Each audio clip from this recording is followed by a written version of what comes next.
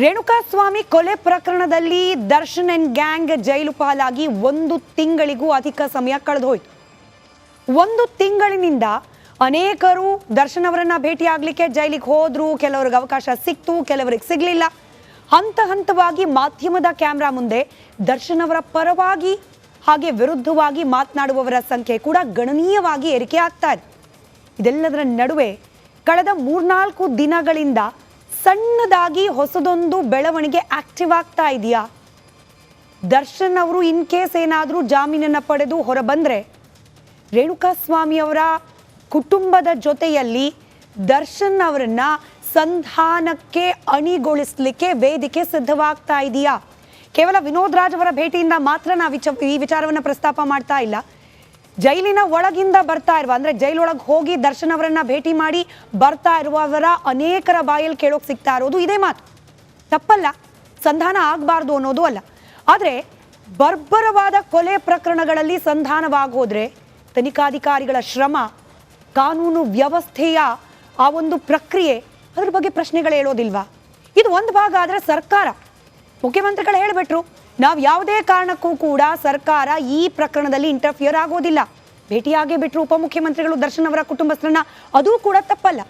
ಆದರೆ ಮಾಧ್ಯಮಗಳ ಮುಂದೆ ನಾವು ಕಾನೂನು ಪ್ರಕ್ರಿಯೆಯಲ್ಲಿ ಇಂಟರ್ಫಿಯರ್ ಆಗಲ್ಲ ಅಂದವರೇನಾದರೂ ತೆರೆ ಮರೆಯಲ್ಲಿ ಪ್ರಯತ್ನಕ್ಕೆ ಮುಂದಾಗ್ಬಿಟ್ರ ಅನುಮಾನ ಸಾಕಷ್ಟಿದೆ. ದರ್ಶನ್ ಅವರನ್ನ ಅಯ್ಯೋ ಪಾಪ ಅನ್ನೋ ಹಂತಕ್ಕೆ ತೆಗೆದುಕೊಂಡು ಹೋಗೋ ಪ್ರಯತ್ನ ಆಗ್ತಾ ಇದೆಯಾ? ಕೊಲೆ ಪ್ರಕರಣದ ಆರೋಪಿ ದರ್ಶನ್ ಅವರನ್ನ ಪ್ರಶ್ನೆಗಳು ಹೇಳ್ತಾ ಇದೆ. ಇದರ ನಡುವೆ ದರ್ಶನ್ ಅವರ ಪರವಾಗಿ ಡೈರೆಕ್ಟರ್ ಮಹೇಶ್ ಅವರು ಮಾತನಾಡಿದ್ದಾರೆ. ಅವ್ರ ಮಾತು ಬಹಳಷ್ಟು ಇಂಟ್ರೆಸ್ಟಿಂಗ್ ಆಗಿದೆ. ಇದರ ಜೊತೆಗೆ ಇವತ್ತು ರೇಣುಕಾಸ್ವಾಮಿ ಅವರ ತಂದೆ ಮತ್ತೆ ಕಣ್ಣೀರು ಹಾಕಿ ಮಾತನಾಡಿದ್ದಾರೆ. ಅವರಿಬ್ಬರ ಮಾತನ್ನ ಕೇಳಿಸ್ಕೊಳ್ಳಿ, ನಂತರದಲ್ಲಿ ಚರ್ಚೆ. ಅವ್ರಿಗೂ ಒಂದು ಕುಟುಂಬ ಅಂತಿದೆ. ವಿಜಯಲಕ್ಷ್ಮಿ ಮೇಡಮ್ ಇದ್ದಾರೆ, ವಿನೀಶ್ ದರ್ಶನ್ ಇದ್ದಾರೆ. ಅವ್ರ ಮಗ ಅಲ್ವಾ, ಅವರು ಧರ್ಮಪತ್ನಿ ಅಲ್ವಾ, ಅವ್ರದ್ದು ಕುಟುಂಬ ಅಲ್ವಾ, ಅವ್ರಿಗೂ ನ್ಯಾಯ ಸಲ್ಲಬೇಕು. ನಾವು ಯಾರಿಗೂ ಕೆಟ್ಟದ್ದು ಬಯಸೋದಿಲ್ಲ, ಅಷ್ಟಂತೂ ನಿಜ. ನಾವು ಸರ್ಕಾರ ಕಾನೂನು ಏನಾಗುತ್ತೆ ಅದಕ್ಕೆ ನಾವು ಭದ್ರಾಗಿರ್ತೀವಿ. ನಮ್ಮ ಮಗನಿಗೆ ನ್ಯಾಯ ಸಿಗಬೇಕು. ನಾವು ನಂದು ನಾನು ಎಷ್ಟು ಕಿರ್ಚಾಡಿದ್ದಾನೆ, ನೋವಾಡಿದ್ದಾನೆ, ಅದನ್ನು ಕರಳು ನಮ್ಮ ಕಿತ್ತು ಬರ್ತಾ ಇದೆ. ಆ ಒಂದು ದೃಷ್ಟಿಯಲ್ಲಿ ನಾವು ಎಲ್ಲರಿಗೂ ನಿಮ್ಗೆಲ್ಲರಿಗೂ ಮನವಿ ಮಾಡ್ಕೊಳ್ಳೋದಂದರೆ ಆ ರೀತಿ ಸುದ್ದಿಗಳನ್ನು ಹಬ್ಬಿಸ್ಬಿಡ್ರಿ. ನಾವು ನಿಜವಾಗ್ಲೂ ಭಾಳ ನೊಂದ್ಕೊಂಡಿದ್ದೀವಿ. ನಮ್ಮ ಮನೆತನ ಕೊಲ್ಯಾಪ್ಸ್ ಆಗಿದೆ. ನನ್ನ ತಾಯಿಗೆ ನೋಡ್ರಿ 98 ವರ್ಷ, ಅವ್ರಿಗೆ ಬೆಡ್ ಸೋರಾಗಿದೆ. ದಿನ ನೋಡ್ಕೊಂತಿದ್ದ, ದಿನ ಆಂಟಿಬಯೋಟಿಕ್ಕು ಬ್ಯಾಂಡೇಜ್ ಎಲ್ಲ ಮಾಡಿಸ್ತಾ ಇದ್ದ. ಈಗ ಮಾಡ್ಕೊಳೋರು ಯಾರಿದ್ದಾರೆ? ನಮಗೆ ಯಾರಿಲ್ಲ. ಅಂಥ ಪರಿಸ್ಥಿತಿಯಲ್ಲಿ ಇದ್ದೀವಿ. ಫ್ಯಾಮಿಲಿ ವಿಚಾರ, ಎರಡೂ ಕಡೆ ಇದೆ ಕುಟುಂಬ, ಎರಡೂ ಕಡೆ ಕುಟುಂಬ ದುಃಖದಲ್ಲಿದೆ. ಆದರೆ ಈ ಇಡೀ ದುಃಖಕ್ಕೆ ಕಾರಣವಾದವರು ಯಾರು? ಇಡೀ ಘಟನೆಯ ಹಿಂದಿರುವವರು ಯಾರು? ಇದ್ದಾರೆ ಅನ್ನೋ ಆರೋಪ ಹೊತ್ತಿರುವವರು ಯಾರು? ಅವ್ರ ಬಗ್ಗೆ ಏನು ಹೇಳಬೇಕಾಗಾದ್ರೆ ಅಯ್ಯೋ ಪಾಪ ಅನ್ಬೇಕಾಗಿರೋದು ನಿಜಕ್ಕೂ ಕೂಡ ಎರಡೂ ಕುಟುಂಬಕ್ಕೆ. ಆದರೆ ತಪ್ಪು ಮಾಡಿದ್ದಾರೆ ಅನ್ನೋ ಆರೋಪ ಹೊತ್ತವರನ್ನೂ ಕೂಡ ಪಾಪ ಅನ್ಲಿಕ್ಕೆ ಸಾಧ್ಯವ? ತನಿಖೆ ಪ್ರಗತಿಯಲ್ಲಿರೋ ಹಂತದಲ್ಲಿ ಪ್ರಶ್ನೆಗಳು ಅನೇಕ ಇದೆ.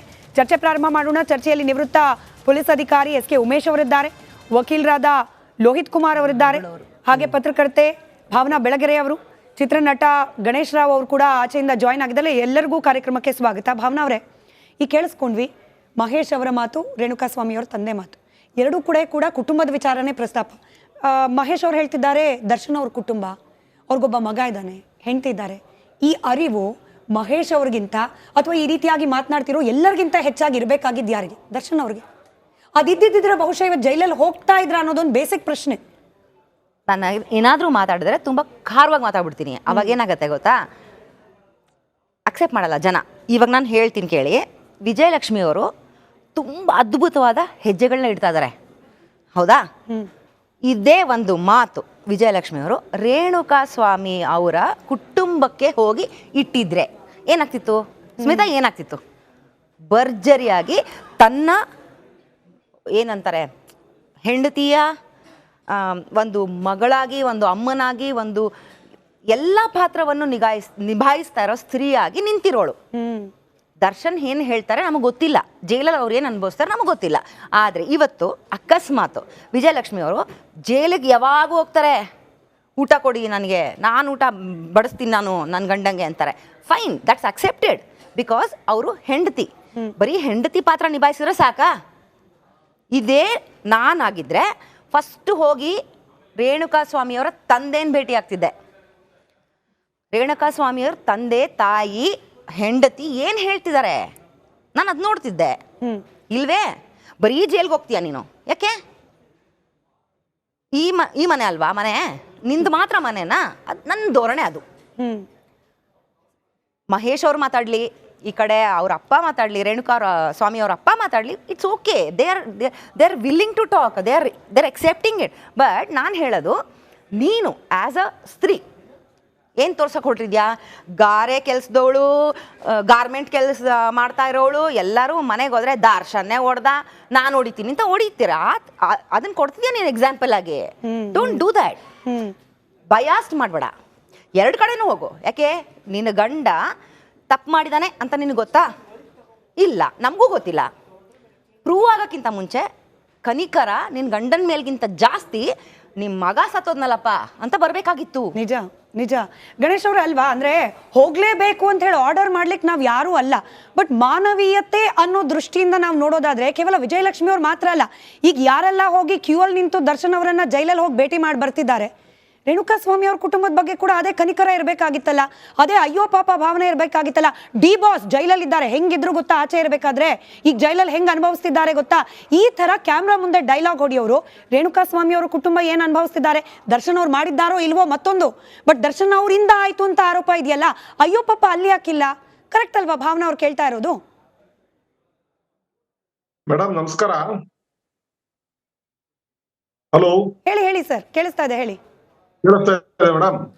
ಹೇಳಿ ಮೇಡಮ್, ಭಾವನಾ ಮೇಡಮ್ ಅವರು ಪತ್ರಕರ್ತರಾಗಿ ಅವರ ಒಂದು ಅಭಿಪ್ರಾಯ ತಿಳಿಸ್ತಾ ಇದಾರೆ, ಇಲ್ಲ ಅಂತಲ್ಲ. ಇಲ್ಲ ಇಲ್ಲ, ನಾನು ಪತ್ರಕರ್ತ ಆಗಿ ತಿಳಿಸ್ತಾ ಇಲ್ಲ, ಒಂದ್ ಸ್ತ್ರೀಯಾಗಿ ತಿಳಿಸ್ತಾ ಇದ್ದೀನಿ. ಆದ್ರೆ ಒಂದ್ ನಿಮಿಷ ನೀವು ಮಾತಾಡ್ಕೊಂಡು ಸುಮ್ಮನೆ ಇದ್ದೆ ಅಲ್ಲ. ಹೇಳಿ ಹೇಳಿ ಹಲೋ, ಹೇಳಿ ಹೇಳಿ ಸರ್, ಮಾತಾಡಿ. ಭಾವನಾ ಮೇಡಮ್ ಅವ್ರು ಹೇಳೋದ್ರಲ್ಲಿ ಅವರು ಒಂದು ಪಾಯಿಂಟ್ ಆಫ್ ವ್ಯೂ ಹೇಳ್ತಾ ಇದ್ರು, ಇಲ್ಲ ಅಂತಲ್ಲ. ಆದ್ರೆ ಇಂಥ ಪರಿಸ್ಥಿತಿ ನೀವೇ ಮೊದ್ಲೇ ಬಿಗಿನಿಂಗ್ ಎಲ್ಲ ಹೇಳಿದ್ರಿ. ವಿನೋದ್ ರಾಜ್ ಅವರು ರೇಣುಕಾ ಸ್ವಾಮಿ ಅವರ ಫ್ಯಾಮಿಲಿ ಮೀಟ್ ಮಾಡಿದ ತಕ್ಷಣ ಸಂತಾಪ ಸೂಚಿಸುವ ನೆಪದಲ್ಲಿ ಸಂಧಾನ ಪ್ರಕ್ರಿಯೆ ನಡೀತಾ ಇದೆ. ಸಾರಿ ಗಣೇಶ್ ಸರ್, ನಾನು ಕ್ಲಿಯರ್ ಆಗಿ ಹೇಳಿದೀನಿ. ಕೇವಲ ವಿನೋದ್ ರಾಜ್ ಅವರ ಒಂದು ಘಟನೆಯನ್ನು ಇಟ್ಕೊಂಡು ನಾವು ಹೇಳ್ತಿಲ್ಲ, ಇದೊಂದು ಘಟನೆಯನ್ನು ಇಟ್ಕೊಂಡು ನಾವು ಹೇಳ್ತಲೇ ಇಲ್ಲ. ಇದು ಎಲ್ಲ ಮೇಡಮ್, ಆವತ್ತಿಂದ ಡೇ 1 ನಿಂದ ನಡೀತಾರೆ ಅಂತೆ ಕಂತೆಗಳ ಸಂತೆ. ಯಾರು ಕೂಡ ದರ್ಶನ್ ಅವರೇ ಹೊಡೆದಿದ್ದಾರೆ, ದರ್ಶನ್ ಹೊಡೆದಿಕ್ಕೆ ಸತ್ರು ಅಂತ ಎಲ್ಲೂ ಪ್ರೂಫ್ ಇಲ್ಲ ಇನ್ನು ಇದುವರೆಗೂ. ಅದು ತನಿಖಾಧಿಕಾರಿಗಳಿಗೆ ಗೊತ್ತು, ಹೊಡೆದಿರೋರು ಗೊತ್ತು, ಮತ್ತೆ ನೋಡಿರೋರು ಗೊತ್ತು. ಅದು ಬಿಟ್ರೆ ಎಲ್ಲವೂ ಸಾಂದರ್ಭಿಕ ಎವಿಡೆನ್ಸ್ ಗಳನ್ನ ಆಧಾರದ ಮೇಲೆ ಆರೋಪ ಹೊರಿಸ್ತಾ ಇದೀವಿ, ರೈಟ್? ಈಗ ಭಾವನಾ ಮೇಡಮ್ ಅವ್ರು ಹೇಳಿದಾಗೆ ವಿಜಯಲಕ್ಷ್ಮಿ ಮೇಡಮ್ ಅವರು ರೇಣುಕಾ ಸ್ವಾಮಿ ಅವ್ರ ಮನೆಗೆ ಹೋಗೋದಕ್ಕೆ, ಅವರು ರೇಣುಕಾ ಸ್ವಾಮಿ ಅವ್ರು ಏನು ಅವ್ರಿಗೆ ತುಂಬಾ ಪರಿಚಯ ಇಲ್ಲ, ಏನಿಲ್ಲ. ಮತ್ತೆ ಈ ಸಂದರ್ಭದಲ್ಲಿ ಹೋದ್ರೆ ಅವ್ರ ಮೇಲೆ ಅಪವಾದ ಹೊರಿಸ್ತೀರಾ? ವಿನೋದ್ ರಾಜ್ ಅವ್ರಿಗೆ ಪರಿಚಯ ಆಯ್ತಾ ಸರ್? ವಿನೋದ್ ರಾಜ್ ಅವ್ರಿಗೆ ಪರಿಚಯ ಆಯ್ತಾ? ಇಷ್ಟು ದಿನ ಯಾರೆಲ್ಲರೂ ಹೋಗಿದಾರಲ್ಲ ಅವ್ರಿಗೆ ಪರಿಚಯ ಆಯ್ತಾ? ಒಂದ್ ನಿಮಿಷ ಹೇಳ್ತೀನಿ ಕೇಳಿ ದಯವಿಟ್ಟು. ನನಗೂ ಪರಿಚಯ ಇರಲಿಲ್ಲ. ರೇಣುಕಾ ಸ್ವಾಮಿ ಅವರ ಮನೆಗೆ ವಿಜಯಲಕ್ಷ್ಮಿ ಅವರು ಹೋದ್ರೆ ಇನ್ನೊಂದ್ ರೀತಿಲಿ ಅಪವಾದ ಆಗತ್ತದು. ಬೇಕಂತ ಇವ್ರು ಬಂದಿದ್ದಾರೆ, ತನ್ನ ಗಂಡ ಕೊಲೆ ಮಾಡಿರೋದಕ್ಕೋಸ್ಕರ ಇವ್ರು ಬಂದು ಸಂಧಾನ ಮಾಡಕ್ ಬಂದ, ಅದು ಬೇರೆ ಆರೋಪ. ಬೇಕಂತಲೇ ಮಾಡ್ತಾರೋ ಬೇಡದೇ ಇರೋ ಮಾಡ್ತಾರೋ, ಹೋಗ್ಬೇಕಾಗಿರೋದು ಸ್ತ್ರೀ ಕರ್ತವ್ಯ. ಸ್ತ್ರೀ ಕರ್ತವ್ಯ, ಕನಿಕರ ಮನುಷ್ಯರ ಕರ್ತವ್ಯ. ನೋಡಿ ಗಣೇಶ್ ಅವರೇ, ಸುಮ್ನೆ ಮಾತಾಡ್ಬೇಡಿ ನೀವು. ಇವಾಗ ಒಂದ್ ನಿಮಿಷ ಸುಮ್ನೆ ಮಾತಾಡ್ತಾ ಇಲ್ಲ, ನಿಜಾನೇ ಮಾತಾಡ್ತಾ ಇರೋದು ನಾನು, ಸುಮ್ನೆ ಮಾತಾಡ್ತಾ ಇಲ್ಲ ಏನೋ. ಈಗ ಅವ್ರ ಮನೆಯಲ್ಲಿ ಅಷ್ಟೊಂದು ದುಃಖ ತುಂಬಿದ, ಅವ್ರ ಮನೇಲಿ ಇವಾಗ ದರ್ಶನ್ ಅವರು ಅವ್ರಿಗೆ ಚೆನ್ನಾಗ್ ಗೊತ್ತು. ಆದ್ರೆ ಅವರು ಅದಕ್ಕೋಸ್ಕರ ಹೋಗ್ತಾರೆ ಅಂದ್ರೆ, ಒಂದು ಹೊಡ್ಸ್ಕೊಂಡ್ ಬಿದ್ದಿರೋ ಅಂತ ಹೆಂಡತಿ, ಪರವಾಗಿಲ್ಲ ನೀನು ಹೊಡೆದ್ರು ಪರವಾಗಿಲ್ಲ, ಕೊಲೆ ಮಾಡಿದ್ರು ಪರವಾಗಿಲ್ಲ, ನಾನು ಇದ್ದಿರ್ತೀನಿ ನಿನ್ಗೋಸ್ಕರ ಅಂತ ಹೋಗೋರು, ಗೊತ್ತಿಲ್ದಿರೋ ಪರಿಚಯ ಇಲ್ದಿರೋ ಮಗನ್ ಕಳ್ಕೊಂಡ್ರು ಮನೆಗೆ ಹೋಗೋದ್ ಬೇಡ್ವಾ ಅವರು? ನೀವೊಳ್ಳೆ ಮಾತಾಡ್ತೀರಲ್ಲ ದರ್ಶನ್. ಗಣೇಶ್, ಗಂಡ ಹೆಂಡತಿ ಸಂಬಂಧ, ಅದು ಗಂಡ ಹೆಂಡತಿ ಸಂಬಂಧನೇ ಹಾಗೆ. ಏನೇ ಮಾಡಿದ್ರು ಗಂಡ ಹೆಂಡತಿ ಸಂಬಂಧ ನಾನು ಒಪ್ಕೋತೀನಿ. ಅಯ್ಯೋ ಅದ್ರ ಮೇಲೆ ಕನಿಕರ ತೋರಿಸ್ತೀನಿ, ಅವಳ ಮೇಲೆ ಪಾಪ ಅಂತೀನಿ ನಾನು. ಅಯ್ಯೋ ಏನಾಯ್ತು ಇವಳಿಗೆ ಅಂತೀನಿ ನಾನು. ರೇಣುಕಾ ಸ್ವಾಮಿ ಅವ್ರ ಮನೆಗೆ ಹೋಗಿ ಬಂದ್ರ ನೀವು? ಗಣೇಶ್ ಸರ್ ಅವ್ರು ಹೋಗ್ ಬಂದ್ರು, ಪ್ರಶ್ನೆ ನಾವು ಅವ್ರು ಹೋಗ್ಲಿಲ್ಲ ಅನ್ನೋ ಆಕ್ಷೇಪಣೆ ಅಲ್ಲ ಸರ್. ನಾನು ಫಸ್ಟೇ ಹೇಳ್ದೆ, ಹೋಗ್ಲೇಬೇಕು ಅಂತ ಹೇಳಿ ನಾವ್ ಯಾರು ಒತ್ತಾಯ ಮಾಡ್ತಿಲ್ಲ, ಅವ್ರ ಇಷ್ಟ. ಬಟ್ ನೋಡಿ, ಯಾರಿಂದ ದುಃಖಕ್ಕೀಡಾಗಿದೆ ಕುಟುಂಬ, ಹಂಗಾದ್ರೆ ಸ್ಮಿತಾ ಏನಾಗ್ತದೆ ಗೊತ್ತಾ? ಏನಾಗತ್ ನನ್ನ ಇಮೇಜು, ಏನಾಗತ್ ನಂದು ನಾಳೆ ಕೇಸ್ ಏನಾಗತ್ತೆ ಅಂತ ನೋಡ್ತಾ ಕೂತ್ಕೊಂಡ್ರೆ ಮಾನವೀಯತೆಗೆ ಬೆಲೆನೇ ಇಲ್ಲ. ಹಂಗಾರೆ ಅಲ್ಲ ಈಗ ನೋಡಿ ಮೇಡಮ್ ಒಂದು ನಿಮಿಷ ನಿಮ್ಗ್ ಭಯ ಇದೆ ಹಂಗಾರೆ? ದರ್ಶನ್ ವಿಜಯಲಕ್ಷ್ಮಿ ಭಯ ಇದೆ? ಒಂದ್ ನಿಮಿಷ ಭಾವನಾ ಅವರೇ ದಯವಿಟ್ಟು ಯಾರು ದಯವಿಟ್ಟು ಸುಮ್ಮನೆ ಅವಕಾಶ ಕೊಡಿ, ಹೇಳಿ ನೀವು ಸರ್. ಮಾತಾಡಿ. ಹೇಳಿ ಮಾಡ್ಬೇಡಿ, ಹೇಳಿ. ಮೇಡಮ್ ಈಗ ನೋಡಿ ವಿನೋದ್ ರಾಜ್ ಅವರು ಒಬ್ಬ ಆರ್ಟಿಸ್ಟ್ ಆಗಿ ದರ್ಶನ್ ಅವ್ರಿಗೆ ಯಾವ್ದೇ ರೀತಿ ಇದು ಫ್ಯಾಮಿಲಿ ಸಂಬಂಧ ಏನಿಲ್ಲ. ಅವರು ಒಬ್ಬ ಆರ್ಟಿಸ್ಟ್ ಆಗಿ ರೇಣುಕಾ ಇವತ್ತು ಮನೆಗೆ ಹೋಗಿದ ತಕ್ಷಣ ಎಲ್ಲಾ ಪೇಪರ್ ಎಲ್ಲಾ ನ್ಯೂಸ್ ಎಲ್ಲಾ ಜನಗಳನ್ನು ಸಂಧಾನಕ್ಕೋಸ್ಕರ ಬಂದ್ಬಿಟ್ರು ಅಂತ ಇದಾರೆ. ಅದೇ ಗಣೇಶ್ ಅವರೇ, ನಾನು ನೀವು ಎಷ್ಟು ಸತಿ ಮೀಟಿಂಗ್ ಅಲ್ಲಿ ಕೂತ್ಕೊಂಡಿದೀವಿ. ಈ ಮೀಟಿಂಗ್ ಗಳಲ್ಲಿ ಕೂತ್ಕೊಂಡಾಗ ಮಾನವೀಯತೆನೆ ಹಿಡ್ಕೊಂಡು ನೀವು ಇದೇ KTV ನಲ್ಲಿ ಮಾತಾಡ್ತಿರೋ ಇಲ್ವೋ ಹೇಳಿ. ಇವಾಗ ಯಾಕೆ ಮಾತಾಡ್ತಿದ್ದೀರಾ? ಇವಾಗ ಯಾಕೆ ಮಾತಾಡ್ತೀರಾ ಮತ್ತೆ? ಭಾವನಾ ಅವರೇ ದಯವಿಟ್ಟು ನೋಡಿ, ನೀವು ಒಬ್ರೇ ಮಾತಾಡ್ಬಿಡಿ, ನನಗೆ ಮಾತಾಡೋ ಅವಕಾಶನ ಬಿಡಿ, ಒಬ್ರೇ ಮಾತಾಡ್ಬಿಡಿ. ದಯವಿಟ್ಟು ನಾನು ಮಾತಾಡೋದು ಕೇಳಿಸ್ಕೊಳ್ಳಿ, ಆಮೇಲೆ ನಿಮ್ ಟರ್ಮ್ ಬಂದಾಗ ಮಾತಾಡಿ. ಹೇಳಿ ಸರ್, ಹೇಳಿ ನಿಮ್ ಟರ್ಮ್ ಬಂದಾಗ ನೀವು ಮಾತಾಡಿ. ನಾನು ಸುಮ್ನೆ ಕೂತಿದ್ದೆ ಅಲ್ವಾ? ನನ್ನ ಟರ್ಮೇ ಹೇಳಿ ಸರ್, ಹೇಳಿ ಗಣೇಶ್ ಸರ್, ಹೇಳಿ.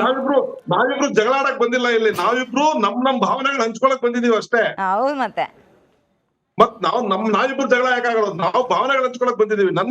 ನನ್ನ ಪಾಯಿಂಟ್ ಆಫ್ ವ್ಯೂ ಏನಂದ್ರೆ, ಇಂಥ ಸಮಯದಲ್ಲಿ ಅಲ್ಲಿಗೆ ರೇಣುಕಾ ಸ್ವಾಮಿ ಅವ್ರ ಮನೆಗೆ ಇವರು ವಿಜಯಲಕ್ಷ್ಮಿ ಇನ್ನೊಂದ್ ರೀತಿ ಅಪವಾದ ಹಾಕ್ಬೋದು, ಅಥವಾ ಅಲ್ಲಿನ ರೇಣುಕಾ ಸ್ವಾಮಿ ಅವ್ರ ಪರಿಚಯದವರು ಸ್ನೇಹಿತರು ಅಥವಾ ಇವ್ರಿಗೇನಾದ್ರು ಘಾಸಿ ಮಾಡಬಹುದು. ನಾನು ಅದಕ್ಕೆ ಕೇಳಿದೆ ಗಣೇಶ್ ಸರ್, ನೀವು ನನ್ನ ಪ್ರಶ್ನೆಯನ್ನು ಅರ್ಧ ಮಾತ್ರ ಕೇಳಿಸ್ಕೊಂಡ್ರಿ ಅನ್ಕೊಂತೀನಿ.